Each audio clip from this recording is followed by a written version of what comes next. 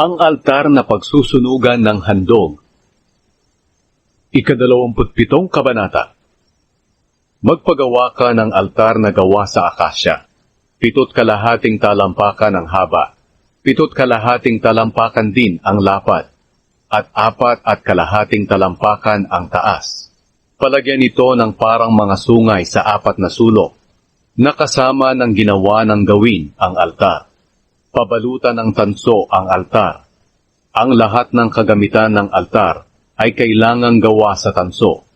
Ang mga lalagyan ng abo, pala, mangkok, malalaking tinidor para sa karne, at mga lalagyan ng baga.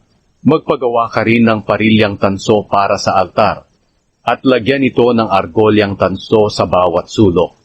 Pagkatapos ilagay mo ito sa ilalim ng altar. Sa patungan nito sa bandang gitna ng altar. Magpagawa ka rin ng tukod na pambuhat sa altar. Kailangang galing ito sa kahoy na akasya at nababalutan ng tanso. Ipasok ang tukod sa argolya sa bawat gilid ng altar para mabuhat ang altar. Ang ipapagawa mong altar ay tabla at dapat bakante sa loob. Ipagawa ito ayon sa planong sinabi ko sa iyo roon sa bundok. Ang bakuran ng toldang sambahan.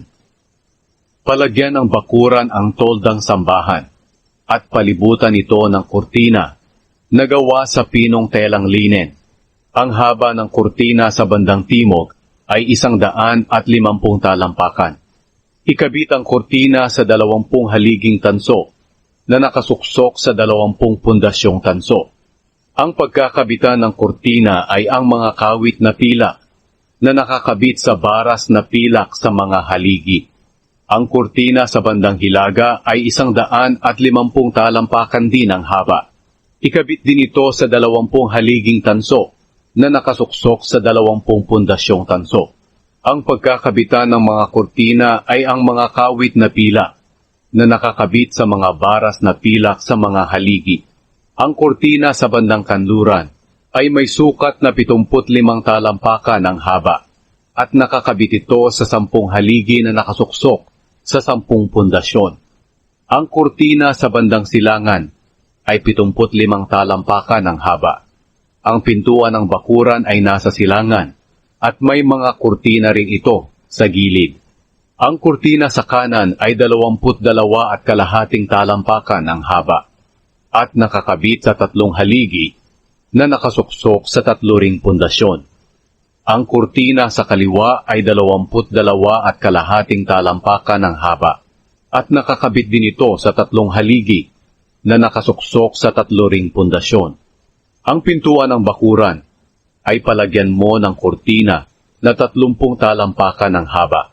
Kailangang gawa ang kurtina mula sa pinong telang linen na may lanang kulay asul, ube at pula. Kailangang napakaganda ng pagkakaburda nito. Pagkatapos isabit ang kurtina sa 4 na haligi na nakasuksok sa 4 na pundasyon. Kailangang may kawit at baras na pilak ang lahat ng haligi sa palibot ng bakuran. At kailangan ding may mga tansong pundasyon.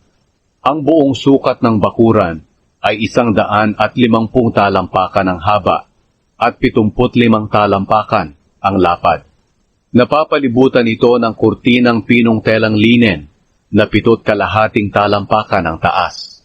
Ang mga haligi nito ay nakasuksok sa mga pundasyong tanso. Kailangang purong tanso ang lahat ng kagamitan sa toldang sambahan, pati na ang lahat ng tulos ng tolda at sa bakuran nito.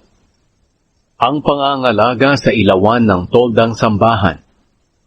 Utusan mo ang mga Israelita na dalhan kanila ng purong langis na mula sa pinigang olibo para sa mga ilaw ng tolda, para tuloy-tuloy ang pag-ilaw nito.